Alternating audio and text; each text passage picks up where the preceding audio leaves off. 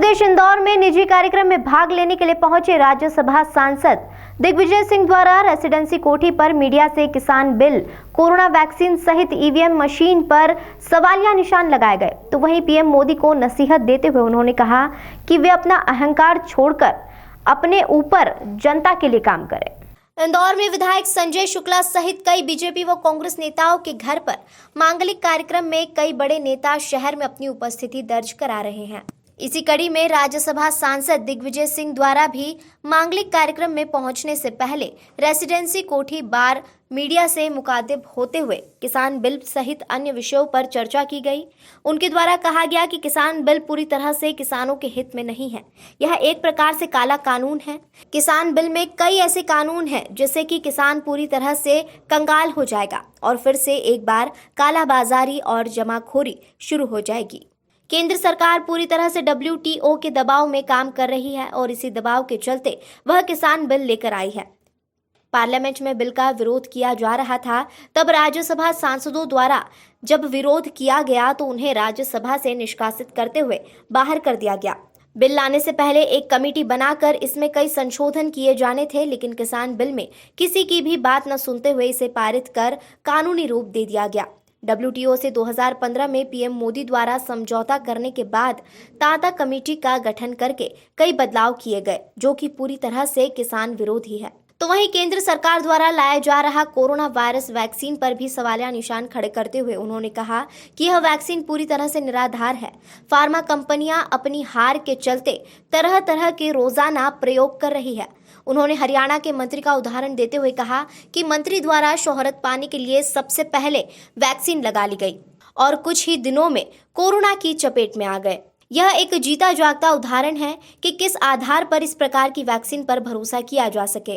तो वहीं पिछले दिनों हुए उपचुनाव में ईवीएम मशीन पर सवालिया निशान खड़े करते हुए उन्होंने कहा कि यह कैसा चुनाव है जिसमें मतदाता को एक ब्लैक पेपर भी नहीं मिलता।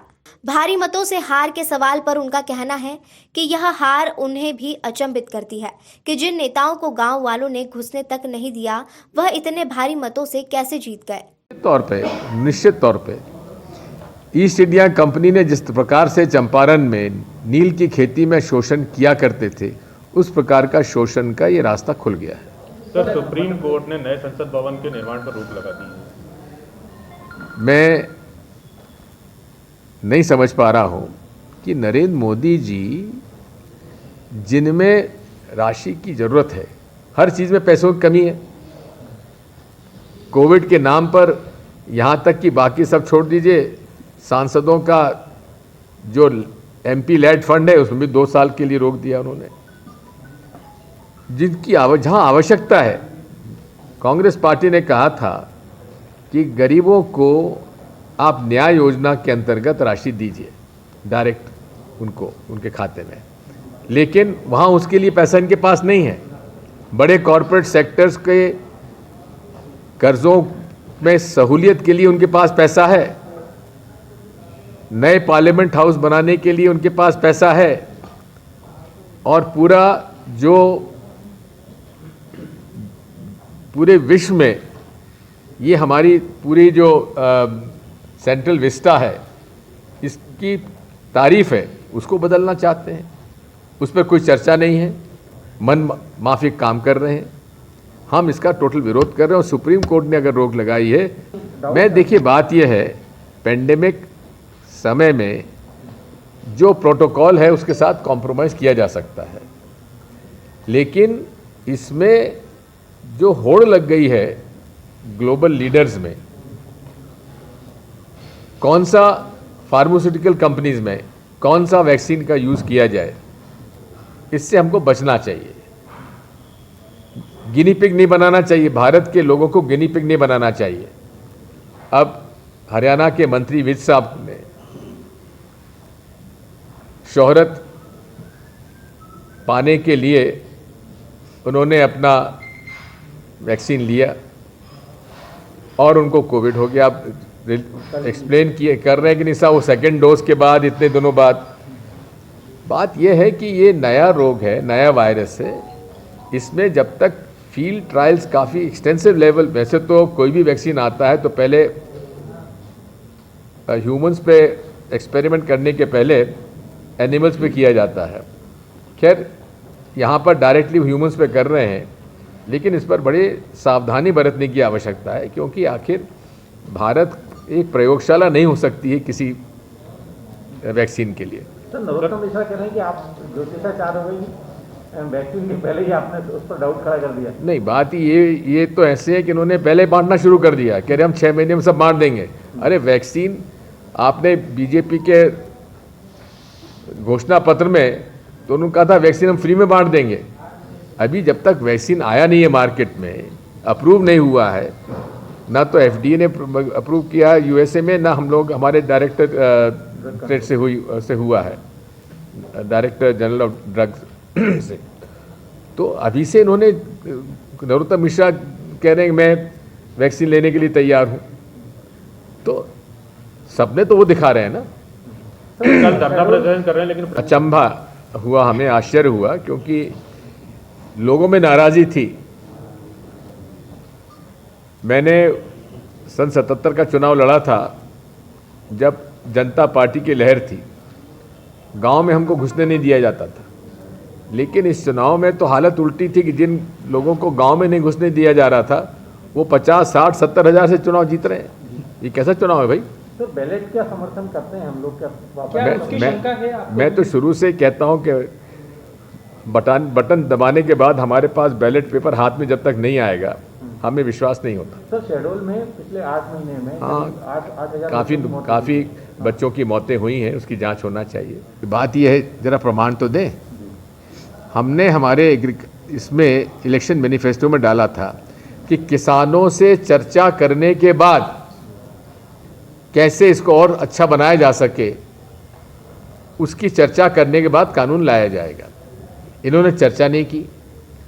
सेलेक्ट कमेटी का हमने सुझाव दिया था, सेलेक्ट कमेटी पार्लियामेंट की बना दीजिए, उन्होंने माना नहीं, और सांसदों को बाहर फेंक दिया,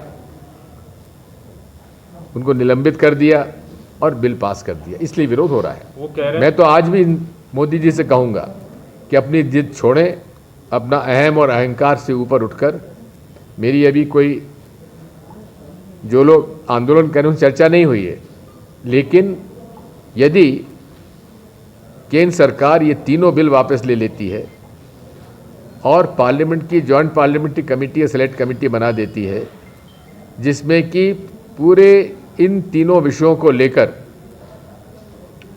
जो हमारी फार्मर्स यूनियन है सभी के और जो फार्मर ऑर्गेनाइजेशंस हैं उनके साथ बैठ के चर्चा करके फिर से रीड्राफ्ट करें, तो उसमें ये आंदोलन वापस हो सकता है। ये मेरी मान्यता है। इसके अलावा उनके पास कोई उत्तर नहीं है।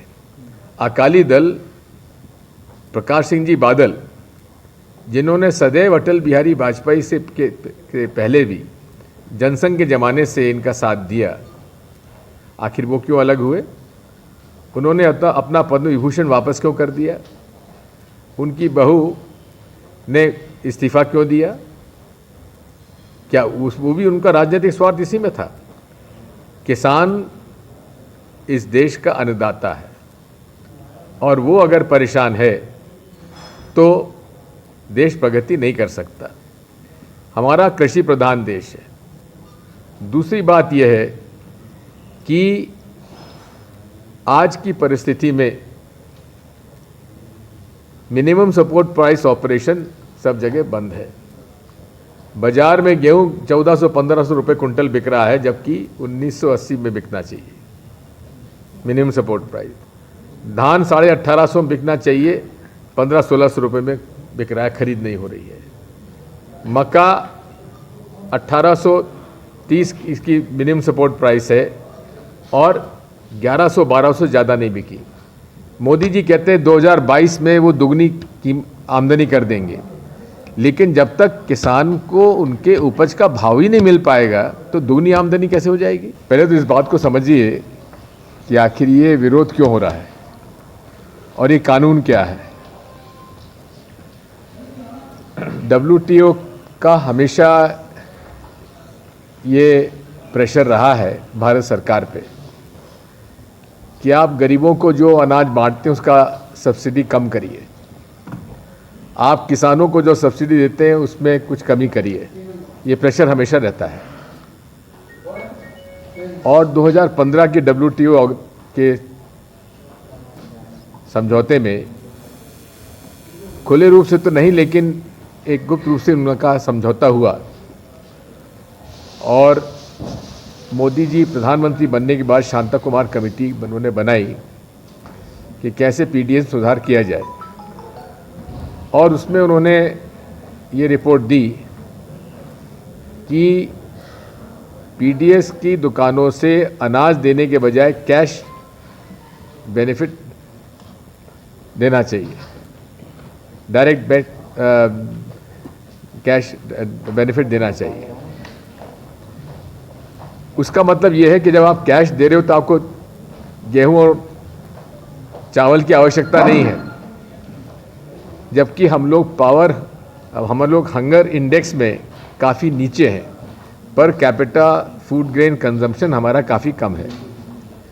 उसको भी ध्यान में रखते हुए यूपीए सरकार ने गरीबों को सस्ता अनाज देने की योजना बनाई, राइट टू फूड दिया।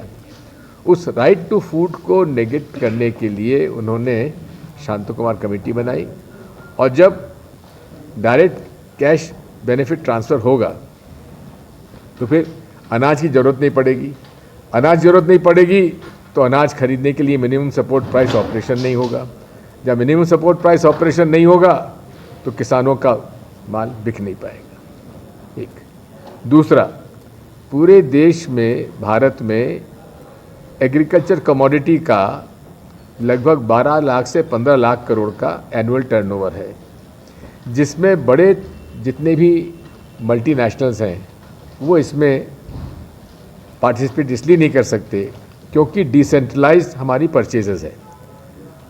हर मंडी की लाइसेंस अलग लेना पड़ता है, और कोई भी बड़ा व्यापारी हर मंडी में लाइसेंसधारी नहीं बन सकता। इसलिए उन्होंने कृषि उपज मंडियों का जो अधिकार राज्य सरकार का था वो छीन के उन्होंने कह दिया कि हमने कानून बना दिया, जबकि कृषि का जो संविधान में शेड्यूल जो है वो राज्यों का अधिकार है, इसमें केंद्र सरकार हस्तक्षेप नहीं कर सकता। लेकिन उन्होंने उसको खेती से हटाकर प्रोसेसिंग पर डाल दिया, परचेज पे डाल दिया, और उसमें उन्होंने ये 3 कानून लाए हैं ताकि WTO जो प्रेशर डाल रहा है उसमें हम लोग उनके प्रेशर में आ जाएं और मिनिमम सपोर्ट प्राइस ऑपरेशन समाप्त हो जाए, कॉन्ट्रैक्ट फार्मिंग चालू हो जाए, और एसेंशियल कमोडिटीज़ एक्ट जो कि पंडित जवाहरलाल नेहरू ने सन 54-55 में ले आए थे, जिसमें कि स्टॉक होल्डिंग पे लिमिट था, जमाखोरी काला बाजारी को रोकने के लिए, उसको भी उन्होंने ओपन कर दिया। इसलिए ये किसान विरोधी है, गरीब विरोधी है, इसलिए हम इसका विरोध करते हैं।